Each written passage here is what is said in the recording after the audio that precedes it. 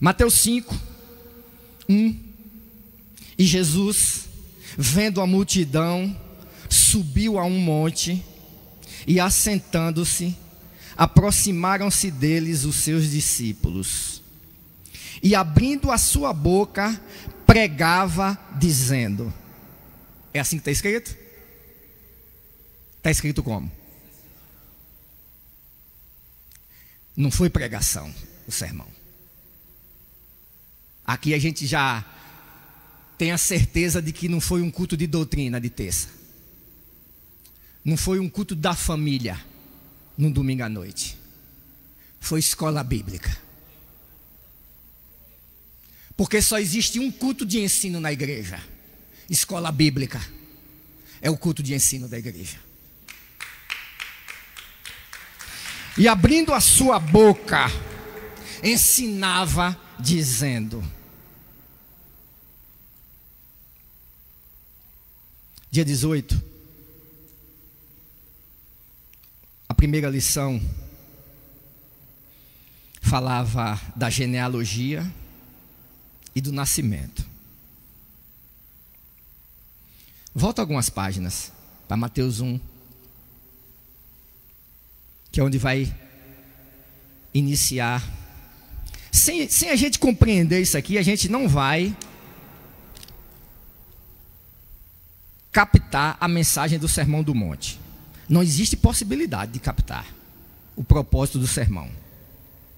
Olha o que a lição 1, ministrada pelo nosso pastor, o primeiro versículo diz: o livro da geração de Jesus Cristo, filho de Davi, filho de Abraão. Qual foi a palavra repetida 2 vezes nesse versículo? Segura aí. Filho.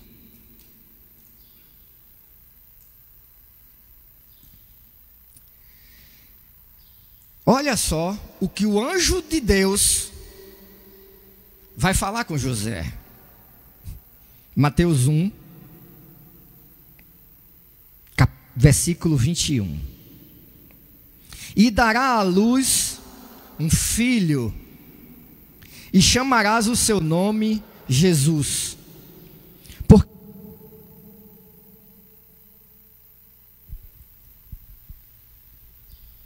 porque ele salvará o seu povo dos seus pecados.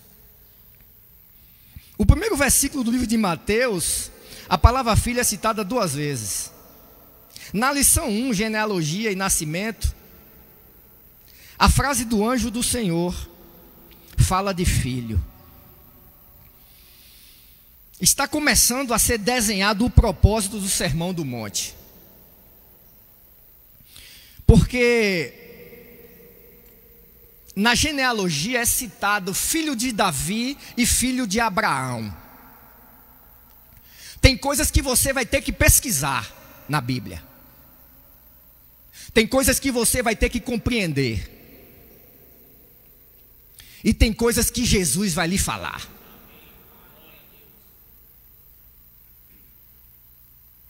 Tem coisas que se você não pesquisar, você não vai entender. Tem coisas que se você pesquisar e não compreender, você não vai conseguir praticar. Você quer ver uma coisa? Pesquisa não é revelação da palavra. A Bíblia diz que Abraão viveu 175 anos. 175 anos. Mas a mesma Bíblia diz que Isaac viveu 180. É só fazer uma conta de que o filho viveu 5 anos a mais que o pai, não é? É difícil essa conta? Mas espera aí. A Bíblia diz que Isaac casou-se com 40. Ó, pesquisa, viu? Senão não entende o Sermão do Monte. Se Isaac casa com 40, pastor Ronaldo, e Abraão tinha 100, quando ele nasce. Quantos anos Abraão tinha quando Isaac casou? Mas a mesma Bíblia diz que Isaac orou 20 anos, incessantemente, para a esposa engravidar. Dos 3 patriarcas da Bíblia, Isaac foi o único que só teve uma esposa. Porque Abraão não teve paciência para receber a promessa. Jacó, um dos filhos de Isaac, também teve aqueles probleminhas lá com Labão e teve mais de uma esposa. Mas Isaac, Vitor, ele resolve orar 20 anos e esperar a esposa engravidar. E a Bíblia diz que era Isaac da idade de 60 anos quando nasceram os seus meninos. Espera aí. Se quando nasce Jacó e Esaú, Isaac tinha 60, quantos anos tinha Abraão? 160. Mas a Bíblia fala que Abraão viveu 175. Espera aí.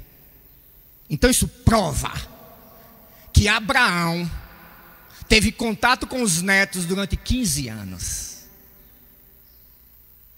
A Bíblia diz que Abraão tinha dinheiro? Tinha uns trocadinhos?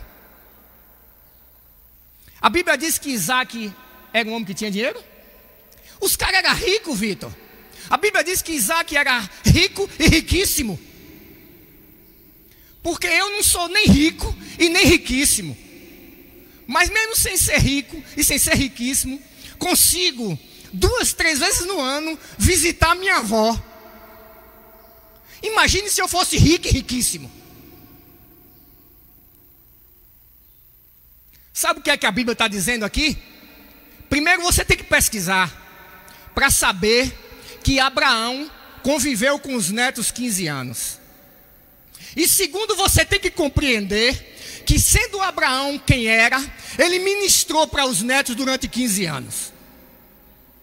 Porque sempre que eu chegava na casa de minha avó, eu com 2, com 3 anos de idade, minha avó me chamava para me levar para a escola bíblica. Agora imagine aquele que conversava com Deus, o quanto ele ministrava para Jacó e para Esaú. Eu não estou forçando a Bíblia, eu estou compreendendo a Bíblia. A Bíblia não fala de Abraão com os netos, mas vocês duvidam que existiu isso? Esaú e Jacó nasceram e Abraão nunca nem viu os meninos. É loucura se eu pensar isso. Eu fico imaginando aqui, Adilon, Abraão indo visitar os meninos e levando uma bicicleta de presente, um videogame de presente. Eu estou botando nos tempos de hoje. Claro que ele deu presente às crianças. Os netos dele, filho de Isaac, Vitor. Calcule os presentes que deu esse menino, que esses meninos ganharam. O cara tinha dinheiro. Eu quero saber onde irmão Elvis quer chegar no Sermão do Monte. É porque se você não pesquisar e você não compreender, Jesus vai lhe falar. Saber a idade desses homens e dessas crianças é pesquisa. Entender o contato que eles tiveram é compreensão, porque a Bíblia não diz. Mas eu tenho certeza do contato de Abraão com os meninos, com esses netos. Eu quero saber onde o irmão quer chegar com isso aí. É porque o discurso do Sermão do Monte foi preparado na eternidade.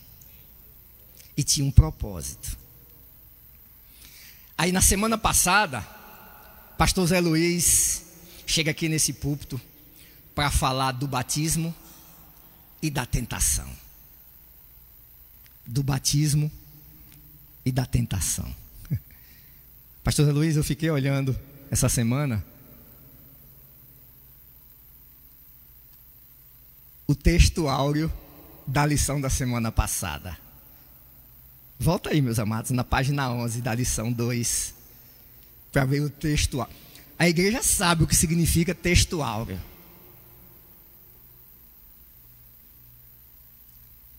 brilha como ouro. Quando nós vemos a palavra textual, ele está dizendo, esse texto brilha como ouro. E eis uma voz dos céus que dizia: este é meu filho amado, em quem me comprazo. Na genealogia, filho 2 vezes. No nascimento, nascerá um filho. Num batismo, esse é meu filho. Batismo e tentação.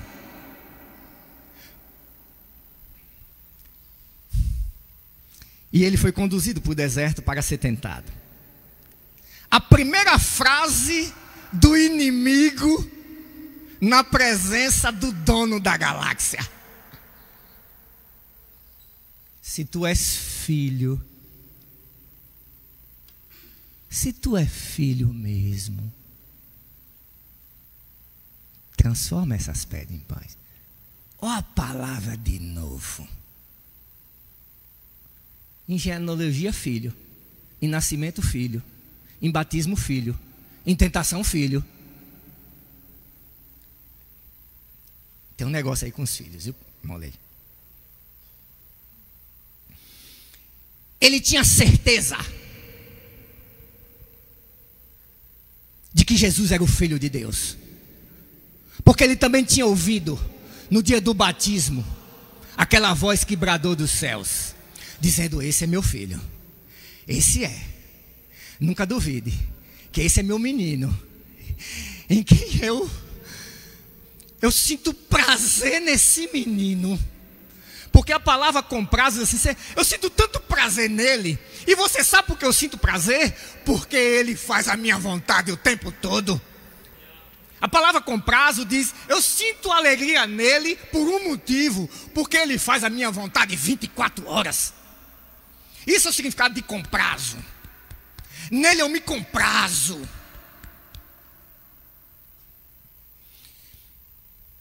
Aí o tentador diz: se tu és filho.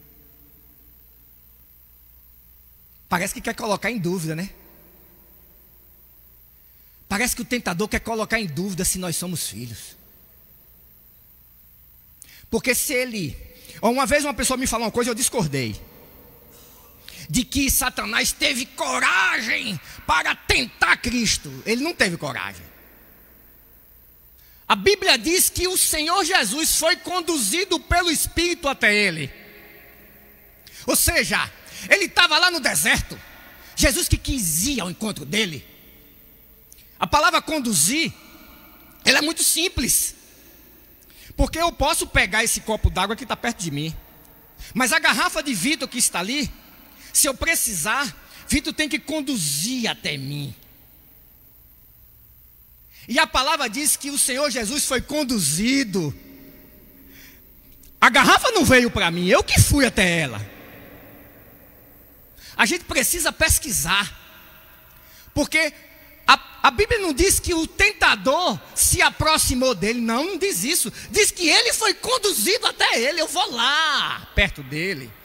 Porque ele não tem autoridade nenhuma de se aproximar de Cristo sem autorização. Não existe essa possibilidade. Aqui a maioria é pai, a maioria é mãe. E se estiver perto, eu duvido que nenhum mal, nenhum perigo se aproxime se você não estiver atento. Eu costumo falar na minha casa que quando uma mosca pousa no braço do meu filho, eu sinto vontade de esmagar a mosca. Porque se sentou no braço do meu filho. A gente precisa pesquisar a palavra. Porque o tentador disse: tu és filho, Olha a palavra filho de novo. É como se ele estivesse questionando. Mas nós sabemos das respostas que Cristo dá a ele. E o foco aqui não é esse. O foco aqui é filho. A lição de hoje, ela tem 3 objetivos. Compreender a perfeita moralidade ensinada a nós pelo próprio Cristo. Compreender a mansidão e a justiça como testemunhos no mundo resistente ao Evangelho. E declarar fé incondicional nas bem-aventuranças prometidas por Jesus.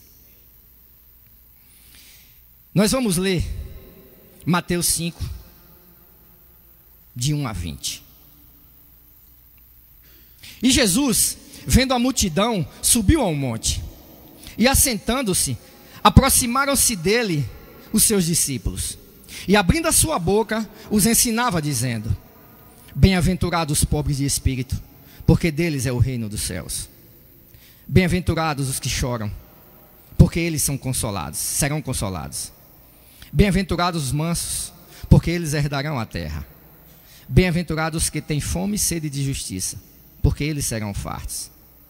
Bem-aventurados os misericordiosos, porque eles alcançarão misericórdia. Bem-aventurados os limpos de coração, porque eles verão a Deus. Bem-aventurados os pacificadores, porque eles serão chamados filhos de Deus. Bem-aventurados os que sofrem perseguição por causa da justiça, porque deles é o reino dos céus. Bem-aventurados sois vós, quando vos injuriarem e perseguirem, e mentindo, disserem todo o mal contra vós por minha causa. Exultai e alegrai-vos, porque é grande o vosso galardão nos céus. Porque assim perseguiram os profetas que foram antes de vós. Vós sois o sal da terra. E se o sal for insípido, como que se há de salgar? Para nada mais presta, senão para se lançar fora e ser pisado pelos homens. Vós sois a luz do mundo. Não se pode esconder uma cidade edificada sobre um monte, nem se acende a candeia e se coloca debaixo do alqueire, mas no velador, e dá luz a todos que estão na casa.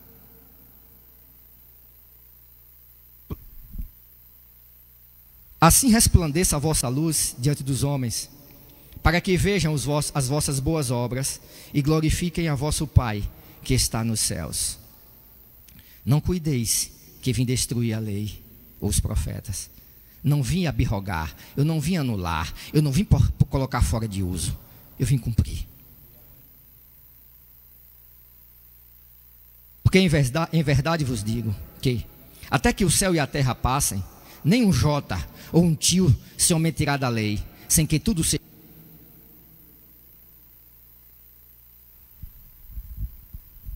Qualquer, pois, que violar um destes mandamentos, por menor que seja, e assim ensinar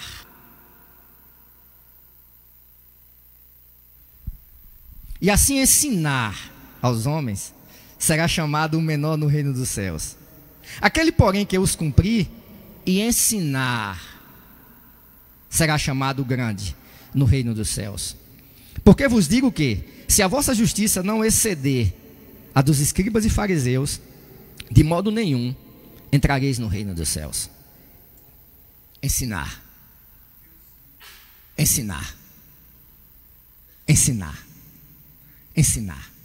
Pregar é transmitir mensagem.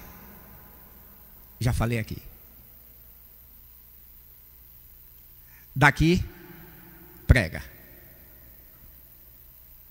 É do local santo, dos santos, daqui,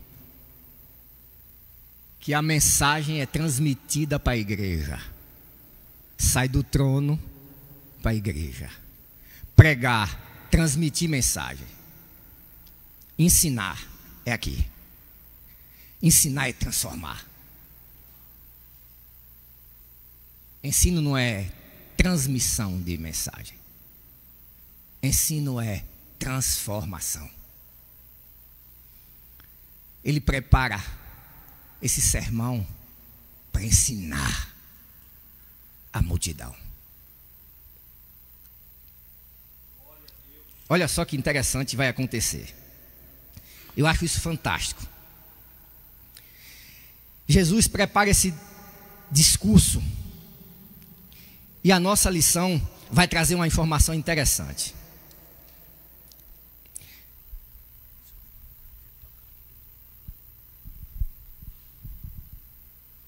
O tópico 1 fala de Jesus, mestre e legislador.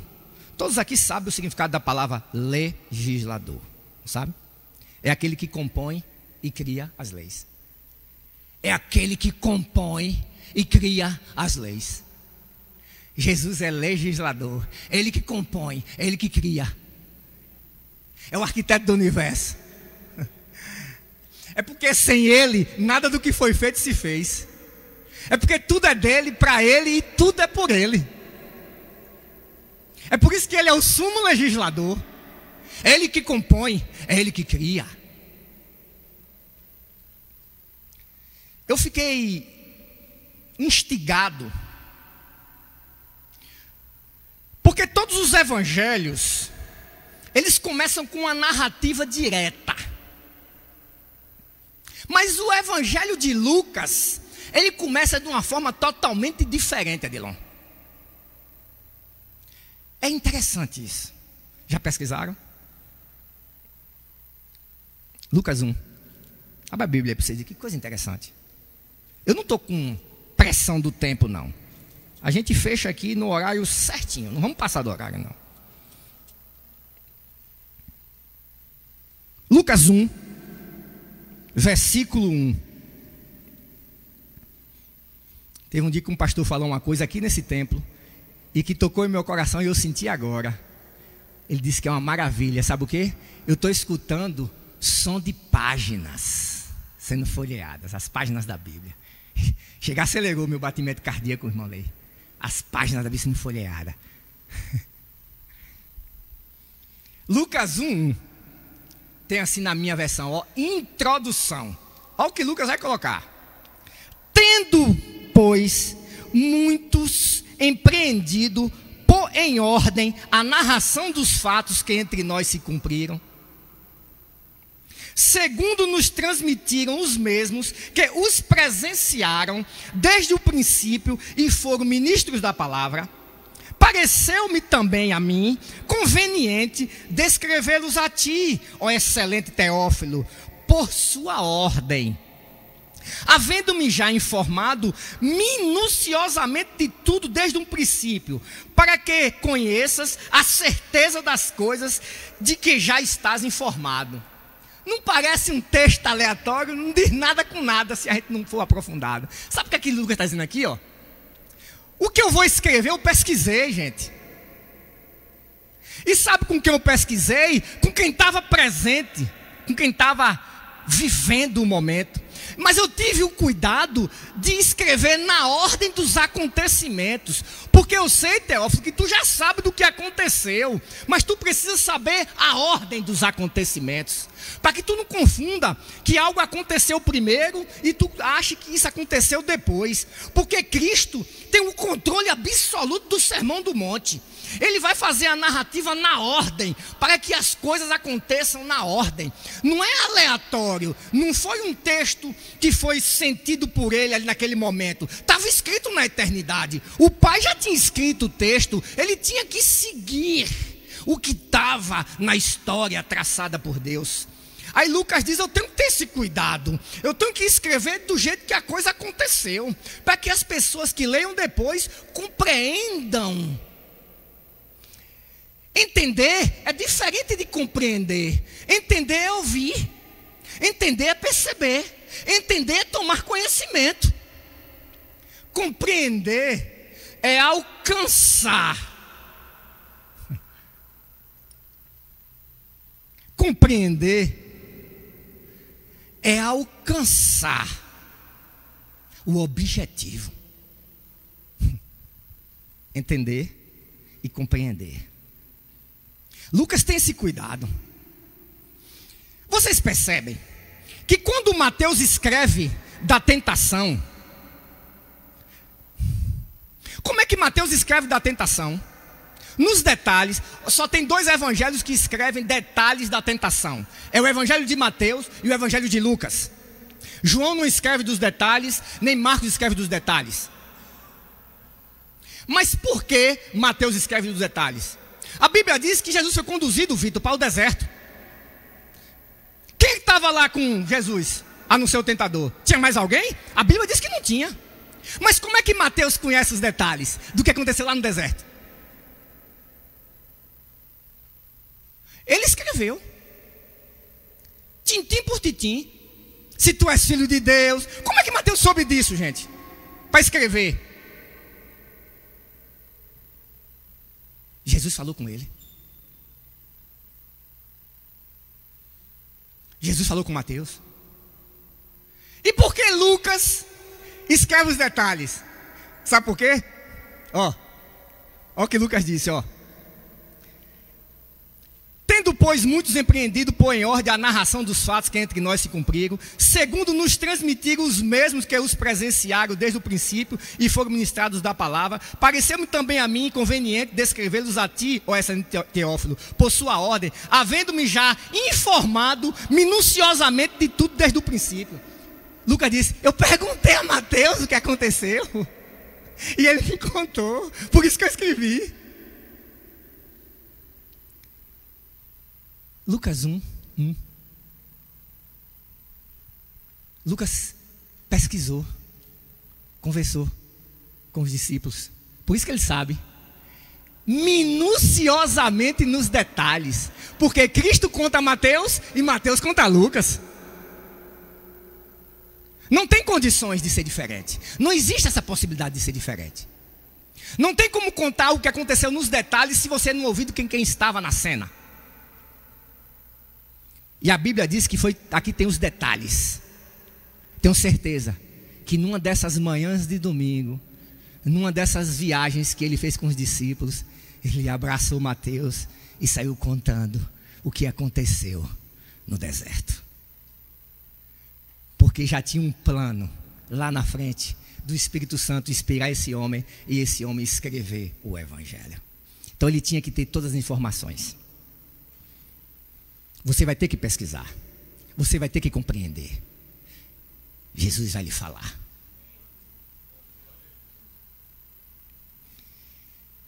Jesus, mestre e legislador. Os grandes discursos de Jesus. Vendo Jesus as multidões, subiu ao monte e, como se assentasse, aproximaram-se os seus discípulos. Os 5 grandes discursos didáticos de Jesus são encontrados em toda a sua extensão, em Mateus, e registram o teor dos ensinamentos de Cristo, para que fossem conhecidos e gravados os princípios da nova vida proposta pelo Salvador, que não cessariam de aplicação depois da subida do Senhor aos céus. A nossa revista traz até uma ordem dos discursos. Aqui fala do primeiro, o Sermão do Monte, fala do segundo, a proclamação do reino, fala do terceiro, as parábolas do reino, fala do quarto, a comunhão do reino, e fala do quinto, o futuro do reino. Nós vamos aprender sobre todos esses 5. Mas aprove a Deus, quis Deus, por bondade e por misericórdia, hoje a gente entendeu o propósito do maior, do mais importante sermão que essa terra já ouviu. Porque tinha um propósito naquele sermão. E Jesus fez questão de explicar todos os detalhes. Eu vou provar para vocês um sentimento que foi tomado de Jesus durante o Sermão do Monte. A Bíblia diz que no momento da última ceia, Jesus vai fazer uma narrativa. E só quem estava sentado com ele na mesa eram os 12. E por isso eles tiveram condição de falar o que Jesus disse nos detalhes. Jesus diz assim, ó: eu desejei muito, não é assim? Eu desejei muito esse momento aqui com vocês. Eu desejei muito. Eu vou provar para vocês que ele desejou muito também fazer a narrativa do Sermão do Monte. Quando a gente tem uma notícia boa para dar, a gente às vezes até atropela o processo para contar. A gente quer logo dar a notícia boa logo para as pessoas. Mas Jesus, equilibrado que era, legislador que era, segura a notícia maravilhosa que vai ser dada, e começa primeiro falando das colunas de sustentação do templo da verdade, que são as bem-aventuranças. As bem-aventuranças, são 34 bem-aventuranças, elas são 34 colunas de sustentação do templo da verdade. Se você não entender a primeira coluna, dificilmente você vai conseguir viver a quinta coluna. Se você não compreender a segunda coluna, dificilmente você vai conseguir viver a 10ª coluna. É porque existe uma ordem de aprendizado. Ninguém entra numa faculdade para já começar fazendo aquilo que é mais difícil. Começa pelo básico, não é assim? Quando a gente vai para a escola, primeiro o ensino fundamental, depois o ensino médio, não tem condições de eu pegar meu filho que tem 15 anos e já colocar nele assuntos de faculdade. Primeiro ele tem que passar pelo processo, até chegar na faculdade, não é assim? Não é diferente da didática de Cristo, não. Primeiro ele tem que ensinar aquilo que é básico, para depois chegar e colocar a gente na faculdade. É dessa forma. Só que sabe o que está acontecendo? A gente não está pesquisando, a gente não está compreendendo, aí quer compreender assunto de faculdade sem fazer o ensino médio, lei. Não vai conseguir aprovar, não. Não consegue, não. Ninguém é aprovado numa faculdade se não faz ensino médio. Não existe possibilidade. Ou se formar, vai ser um péssimo profissional, porque não tem base, porque pulou etapa, pastor Zé Luiz. E o legislador vai fazer isso no Sermão do Monte, vai abrir um curso superior espiritual para dar a notícia mais ansiada pela terra. Sabe que notícia é essa? É a pergunta que Davi vai lhe fazer, é a pergunta que Abraão vai lhe fazer. Eu vou provar que ele vai lhe fazer essa pergunta. Por causa do Sermão do Monte. Eles têm uma pergunta para fazer a vocês. Vocês creem que Davi vai encostar em vocês para perguntar algo? Tem. Por causa do Sermão do Monte. Ele vai revelar algo no Sermão do Monte, que até aquela manhã de domingo não tinha um ser vivente na face da terra que tinha capacidade de pronunciar tal palavra. Sabe por que não tinha? Porque Deus não permitiu. Deus não permitiu. Ele vai permitir depois da ministração da escola bíblica do monte. Vocês vão entender. Jesus, o sumo legislador, e ele passou a ensiná-los dizendo, ele não pregou, ele ensinou. O grande legislador de Israel foi Moisés. Ele recebeu de Deus a lei que regeu Israel no decorrer dos séculos. Os princípios e as regras de conduta do povo hebreu estão previstos no Pentateuco. Algumas pessoas até gostam de fazer paralelos sobre o Pentateuco e o Sermão do Monte. O Pentateuco foi recebido no monte, o sermão, as bem-aventuranças também no monte. Fazer uma ligação. Eu concordo com todas isso.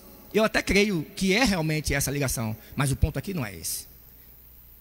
Sabe por quê? Porque nós estamos em ensino superior espiritual. Não estamos aqui em ensino médio. Aqui é aula de ensino superior. Nós temos que avançar e entender o porquê. A organização do sermão no monte. O ponto 2, ele já vai entrar nas bem-aventuranças. Aqui o ponto 3 fala do primeiro grande discurso. Eu falo do grande discurso. Não estou discordando da revista, não. Eu só estou pontuando. Eu estou falando que é o grande discurso. Bem-aventuranças, ponto 2. O tópico 1 fala de humildade, consolo e mansidão. Bem-aventurados humildes de espírito, porque deles é o reino dos céus. Humildade, coluna 1. Consolo, coluna 2. Mansidão, coluna 3. 3 colunas do templo de verdade.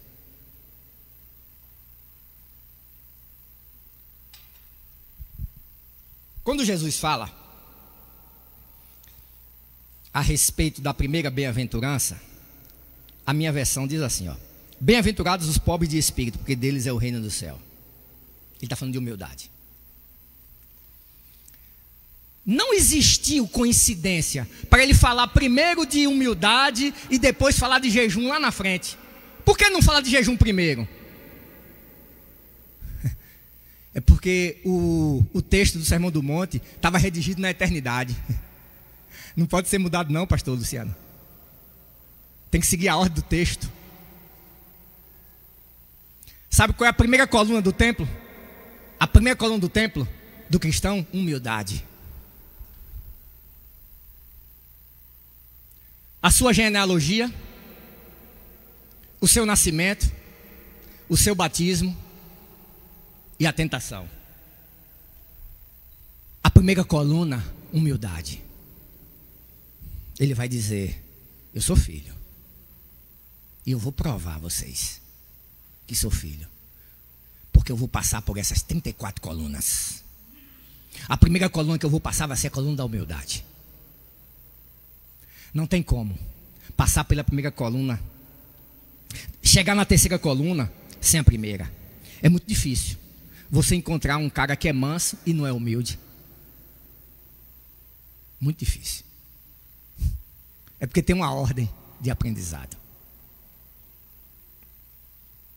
Bem-aventurado, o significado da palavra bem-aventurado é pessoa singularmente favorecida por Deus, feliz interiormente por estar em paz com o Senhor. Olha a palavra paz. Eu sou tão feliz porque eu não tenho mais nenhuma dívida para pagar. É porque a dívida que eu tinha para pagar era uma dívida impagável. Não é que eu não tinha condição de pagar não, Lei. É porque ela era impagável. Uma coisa é ter uma dívida, irmão Gilson, que você não, naquele momento não consegue pagar. E uma coisa é uma dívida que você não tem nenhuma condição de pagar, nem daqui a 20 anos juntando dinheiro. Essa era a dívida que nós tínhamos. Impagável. E bem-aventurado é aquele que tinha uma dívida impagável e hoje não deve um centavo. Porque a última frase dele é: Pai, está pago, está consumado, ele não deve nem um centavo. A dívida paga, fique em paz. Bem-aventurado é aquele que sabe que não deve nada. Dorme tranquilo, às vezes perde até a hora para ir para o colégio, às vezes perde até a hora para chegar no trabalho. Isso prova que está em paz para dormir. O soberbo confia apenas em si, na sua riqueza material, no seu conhecimento, na sua fama, no seu sucesso, e não depende de Deus. Contudo, não são os méritos pessoais, a raça, a bravura ou o patrimônio que vão dar acesso ao reino dos céus. Os humildes de espíritos reconhecem que nada têm em si mesmo e por isso estão prontos a serem cheios de Cristo. O versículo 1 do capítulo 5 diz que abrindo sua boca os ensinava. A nossa lição diz que o contexto de Sermão do Monte está no capítulo 5, no capítulo 6 e no capítulo 7. O primeiro versículo fala que abrindo a boca os ensinava. O último versículo do 7 diz: porquanto os ensinava como tendo autoridade e não como os escriba. Ou seja, o Sermão do Monte abre com ensino e termina com ensino. A abertura do Sermão do Monte é ensinando, o fechamento é ensinando. É ensino do 5 ao 7. Não é pregação, é ensino. Eu acho incrível Como hoje, aqui eu vou falar uma coisa que talvez algumas pessoas não gostem de escutar, mas eu não tenho dificuldade com isso.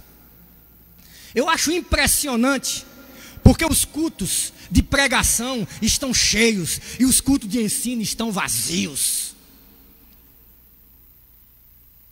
Eu acho isso impressionante. Mas ao mesmo tempo, irmão Sérgio, que eu acho impressionante, a palavra revela o motivo pelo qual. Sabe por quê? Porque o tentador, o inimigo, ele não quer que a gente aprenda. Ele não tem interesse nenhum em você aprender. Porque se você aprender, compreender e botar em prática, já era, ele está anulado. Você vê como Jesus anula ele na palavra? Você percebe que a sabedoria de Cristo é que anula o inimigo? Você sabe por que a gente está perdendo muitas batalhas? Porque a gente não está pesquisando na palavra. Tem batalha ganha na tua casa, tem batalha ganha na minha casa, e que eu ainda não venci, porque eu ainda não pesquisei na palavra. Culto de pregação lotado, culto de ensino vazio. Tem igrejas que não tem mais culto domingo de manhã. Sabe por quê, irmão Lei? Porque não tinha ninguém para aprender. Agora nos cultos de libertação, a igreja estava lotada. O povo querendo se libertar dos problemas, se libertar dos sofrimentos, se libertar das dívidas, se libertar dos fracassos, se libertar dos casamentos fracassados, se libertar dos filhos que estão com problema. Como é que você vai se libertar se você não aprende? Não existe possibilidade não. Você vai orar. O Sermão do Monte vai falar da oração, mas lá na frente você vai jejuar. O Sermão do Monte vai falar do jejum, mas lá na frente. Primeiro humildade. Eu já contei essa história, eu não estou preocupado com o tempo. Eu já encerraria aqui, falando a pergunta que Abraão vai fazer a vocês. Já me daria por satisfeito. Sabe por quê? Porque as bem-aventuranças, o nosso pastor Jones está aqui se debruçando várias semanas para passar os detalhes para a gente. E se você não está pegando, problema seu, vem aprender. A oportunidade está sendo criada no púlpito. Por isso que eu não estou preocupado em destrinchar as bem-aventuranças, porque já tem um homem aqui inclinado a fazer isso aqui durante várias semanas. Eu não estou preocupado aqui em falar da bem-aventurança, porque antes da necessidade já tem alguém sendo suscitado a ensinar, a pregar sobre as bem-aventuranças. Porque quando eu estou em casa, eu vou falar uma linguagem de mãe, é mais fácil entender. A mãe, eu já contei essa história aqui, mas vou repetir. A mãe prepara o almoço. Olha que interessante, viu? Aí fala para o filho: vem almoçar. Lá em casa eu ouço essa frase todos os dias, várias vezes. Vai almoçar agora não? Vem almoçar. Aí o filho diz assim: eu quero aquela cocada. Mãe, filho, na hora do almoço, almoça, que eu te dou a cocada. Sabe o que o filho faz? Começa a chorar. O coração da mãe nem se estremece. Aí olha o que a mãe vai dizer: oh, eu fiz aquele bife com batata que tu gosta. Mãe é assim, viu? E se tu almoçar, eu te dou logo 2 cocadas. A mãe dobra logo a oferta. Aí o filho, olha a resposta do filho: também não vou almoçar. Ô gente, dobrou a oferta e não aceitou. Choro, sabe o que é choro? Oração. Também não vou almoçar. Jejum. O filho abriu oração, Lei, com jejum, para ganhar cocada. Foi ou não foi? Você sabe por quê? Porque para Deus, eu e você somos como aquela criança que quando pede algo grande, para Deus é cocada. Aquilo grande que tu pede a Deus, para Deus é uma cocadinha de amendoim de 10 centavos.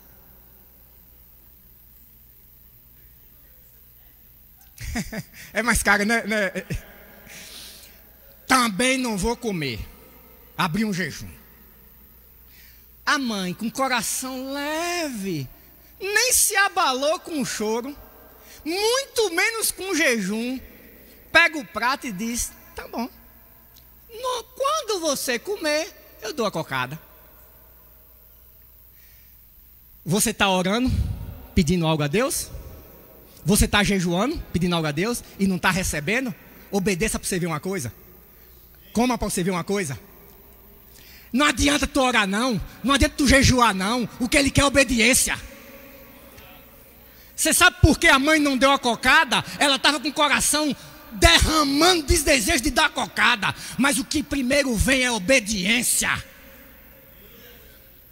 Você está pensando que a sua oração chega primeiro a Deus? Que o seu jejum chega primeiro? Chega nada, rapaz. O que chega primeiro a Deus é a obediência. Agora vai o filho dizer: mãe, me dá o prato aí agora para eu comer agora. Oh, meu Deus do céu. A mãe já sai correndo, tu picando, vai pegar 3, vai pegar 4 cocadas. Sabe por quê? Ela poderia até não querer dar a cocada, mas a alegria da obediência motiva o coração de Deus. Não fica perdendo tempo em oração não. Vão dizer: irmão, isso é contra oração. Não fica perdendo tempo em jejum não. Rapaz, esse cara aí, não gostei. É contra jejum. Não, gente, eu não sou contra nenhum nem outro. Eu sou a favor de obediência. Porque eu aprendi na vida que teve coisas que eu pedi a Deus 20 anos, como Isaac pediu para a esposa engravidar. Eu pedi a Deus 20 anos e Deus não me deu. Agora no dia que eu pesquisei, que eu compreendi e que eu botei em prática, ele entregou na hora. Ele disse: ô filho, 20 anos orando, 20 anos jejuando,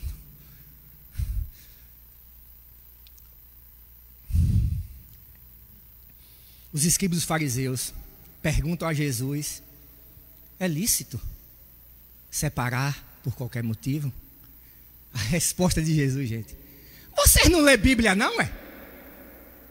Vocês não pesquisam o que está escrito não, é? Como é que vocês que dizem que lê Bíblia, pesquisa a Bíblia, fica perguntando as coisas da Bíblia? Porque você pesquisa, mas você não compreende. Você tem que ler, você tem que compreender. Justiça, misericórdia e pureza. Justiça é o quarto pilar. Misericórdia é o quinto. Pureza, o sexto. Não vou me ater aos detalhes de justiça, de misericórdia e de pureza. Só partilhar que justiça é fome espiritual, que misericórdia é um dever e uma recompensa, porque os misericordiosos alcançarão misericórdia. Ele está dizendo: você tem um dever que é ser misericordioso, mas você tem uma recompensa que é receber misericórdia. Misericórdia é dever, misericórdia é recompensa. Justiça é fome espiritual. O que está acontecendo com a gente não tem mais fome de palavra. A gente não tem mais fome de palavra. Eu não sou mais do que ninguém, eu não sou melhor do que ninguém, mas é que eu sou tão necessitado, eu tenho tanta vontade de Deus falar comigo. Esse amigo meu que acabou de chegar, ele chegou lá em casa recentemente só para me abraçar, porque ele se mudou do condomínio que a gente mora.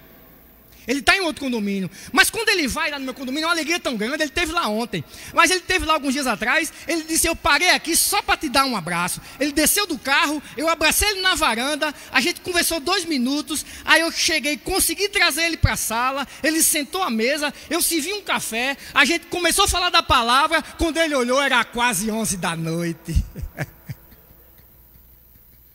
Fome espiritual. Passava mensagem para a esposa, preocupado, porque a esposa podia pensar que eu cheguei só de casa 7 horas, já é mais de 10, onde é que esse homem está? Tirou uma foto, tira uma foto de nós todos aqui na mesa tomando um café, não foi, Bruno? Lá em casa, manda para tua esposa que a gente está aqui com fome espiritual. Oh, glória. Pacificadores e perseguidos. Pacificadores é a coluna 7. Perseguido é a coluna 8. Pacificar é conciliar. Perseguição é sofrimento e sacrifício. Pastor Jones está falando tão lindo sobre esses temas.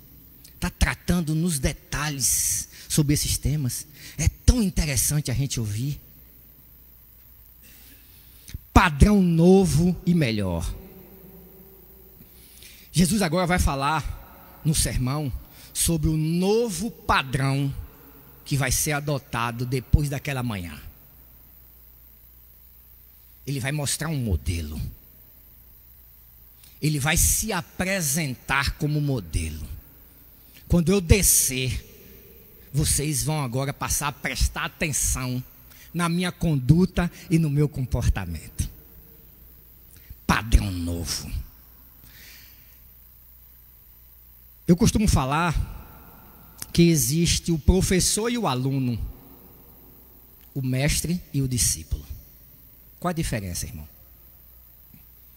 O professor, ele ensina tudo o que aprendeu. O aluno, ele faz tudo o que o professor o ensinou. O mestre,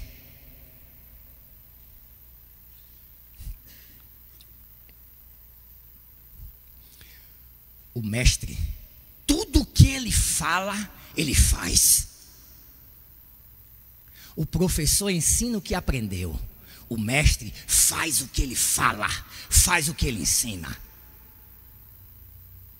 O aluno faz o que aprendeu. O discípulo faz tudo o que o mestre faz. Professor é uma coisa, mestre é outra. Aluno é uma coisa, discípulo é outra. Nós somos alunos ou discípulos? Padrão. Jesus começa agora desejando muito, aquela frase lá da ceia. Eu quero falar, Pai, logo aquilo, Pai, aquilo que Abraão vai perguntar para eles. Eu quero falar logo. Aí ele tem que seguir o rito, viu, pastor Zé Luiz? Do Sermão do Monte, até chegar na revelação do propósito do sermão. Tópico 3, a oração. Portanto, vós orareis assim: Pai nosso que estás no céu, santificado seja o teu nome. Tem oração mais conhecida do que essa? Independente do ambiente que a gente está, eu parei desde a pandemia para cá, tenho até vontade, às vezes dá até vontade de eu voltar. A gente batia um babinha lá no condomínio, toda semana o nosso grupo de estudo aqui se reunia lá no condomínio para a gente jogar bola. Mas antes de começar o futebol, vamos orar um Pai Nosso. Eu frequentava campeonatos aqui no Fegacim, quando eu morei. Campeonatos regados a muita cerveja, muita bebida. Mas antes do jogo começar, vamos orar um Pai Nosso. Essa oração, ela, em todos os ambientes, né? A gente está em casa, um almoço de família, um aniversário, ora pelo menos um Pai Nosso. Mas qual a importância dessa oração? O que é que Jesus quer revelar nesse sermão? Ele quer revelar. Eu estou ansioso aqui, estou me segurando para não falar logo, viu? Para deixar mais para frente um pouquinho. Ele quer falar algo que na história da humanidade, até aquela manhã de domingo, ninguém nunca tinha falado. Nunca tinha falado. Eu vou pedir para alguém citar no Velho Testamento. Até essa manhã de domingo aqui, do Sermão do Monte, só tinha Velho Testamento escrito, né, pastor Zé Luiz? É isso mesmo? Até essa manhã, até o Sermão do Monte, só tinha sido escrito coisas do Velho Testamento. Não tinha sido escrito nada do Novo ainda. Nada. Aí Jesus diz: eu tenho que dar uma notícia para esses meninos. Olha que interessante. Aonde é que está escrito no Velho Testamento Eu particularmente admiro muito da história de Davi. Eu tenho umas perguntas a fazer a Davi. Mas se a gente botar na ordem cronológica, eu ainda quero aprender a respeito do tratamento que Adão citava a Deus. Como Adão citava a Deus. Não existe ainda um consenso. Mas aí eu vou passar de Adão e vou entrar em Noé, que na sequência cronológica bíblica é Noé.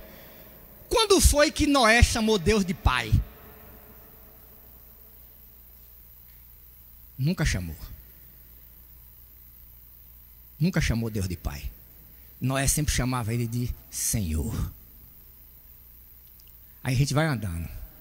Chega em Abraão. Que dia foi que Abraão chamou Deus de pai? Nunca chamou.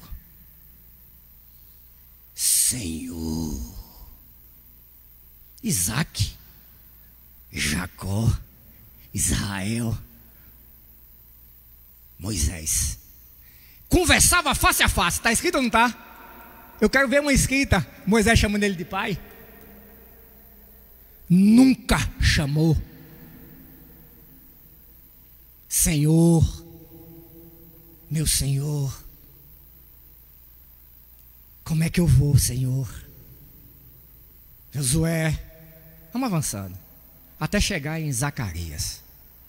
Até aquela manhã de domingo, pastor Zé Luiz, pastor Ronaldo, nenhum ser humano na face da terra tinha autorização para chamar Deus de pai. Até aquela escola bíblica. Aí Jesus diz, sabe qual é o propósito do Sermão do Monte? É que a partir de hoje vocês vão orar diferente. Tira o Senhor e ora assim, ó.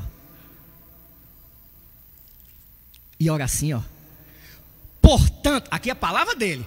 Portanto, vós orareis assim: Pai nosso que estás no céu, santificado seja o teu nome, venha teu reino, seja feita a tua vontade, assim na terra como no céu. O pão nosso de cada dia nos dá hoje, e perdoa as nossas dívidas, assim como nós perdoamos os nossos devedores, e não nos induzas à tentação, mas livrai-nos do mal, porque teu é o reino, e o poder, e a glória, para sempre. Amém. Naquela manhã de domingo, Jesus quebrou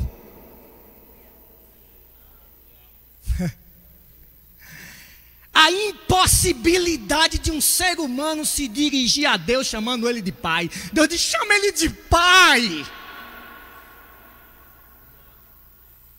O Sermão do Monte tem como propósito principal apresentar as colunas do templo de verdade e dizer para mim e para você que a partir daquele domingo eu e você podia chamar ele de pai.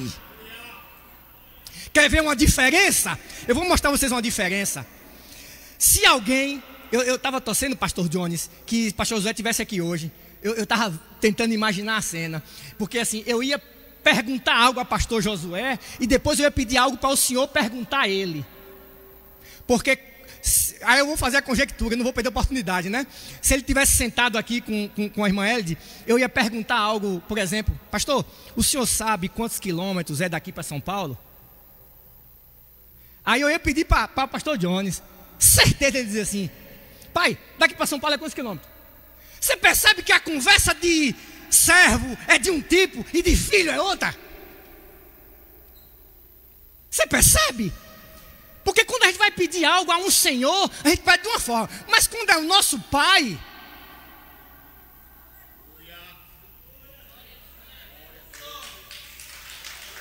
você sabe qual é o propósito do Sermão do Monte? É divulgar que a partir daquela manhã de domingo, você conversa com ele, mas não como senhor, mas como pai, mas como papai, mas como painho, mas como meu paizinho. É assim que você pode chamar Deus.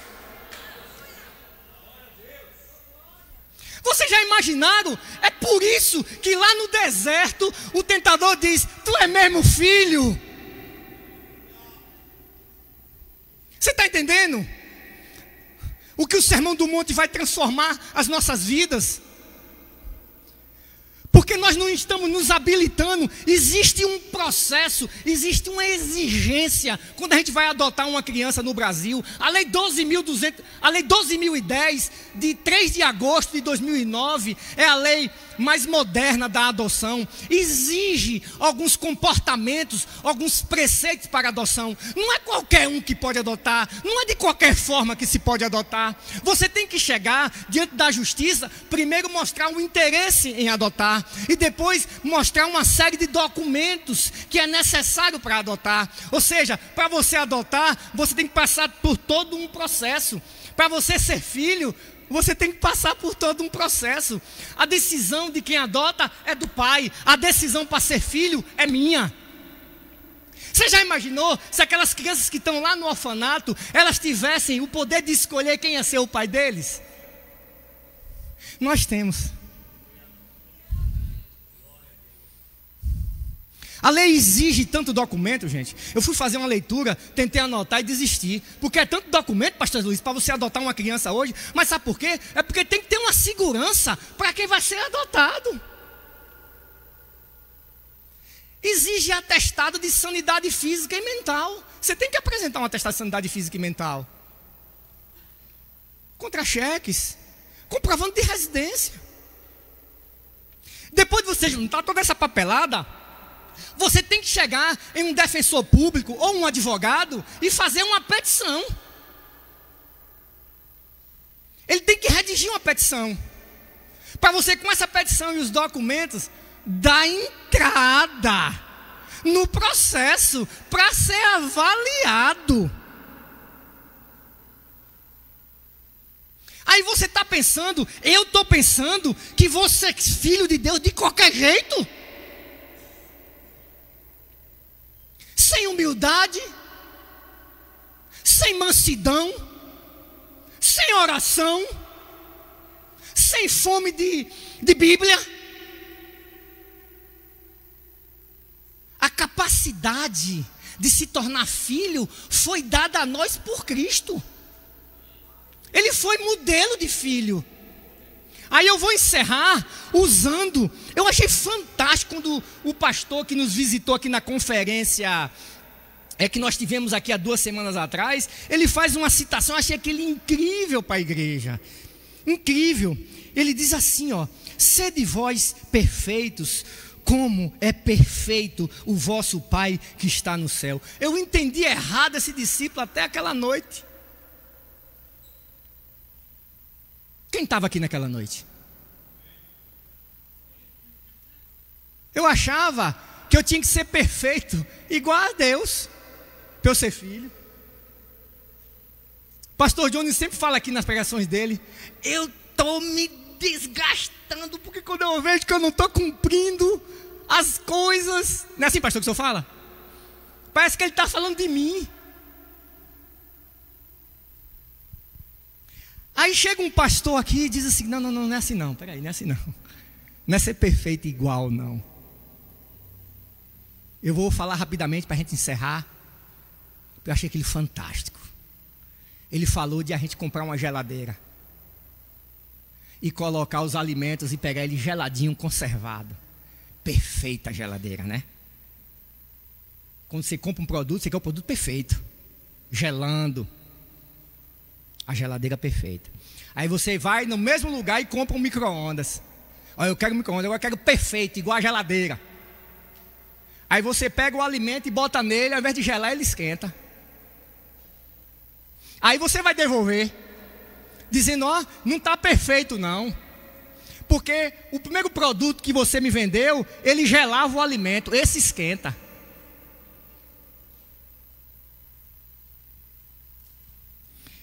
Sede vós perfeitos, como é perfeito o que está no céu. Você nunca vai ser igual a Deus. Seja perfeito nas suas limitações. Seja perfeito nas suas fraquezas. Seja perfeito na sua dependência do Senhor. Seja perfeito reconhecendo que naquela manhã de domingo, onde Cristo quebrou o maior paradigma da humanidade, Ele colocou nós em condições de chamá-lo de Pai. Porque eu tenho certeza absoluta, irmão Lei, que Davi vai dizer: eita, irmão, é que tu chamava ele de Pai, eu nunca chamei. Qual é a sensação? Abraão chegando: irmão Vitor, o senhor chamava ele de pai, era? Eu nunca tive essa alegria.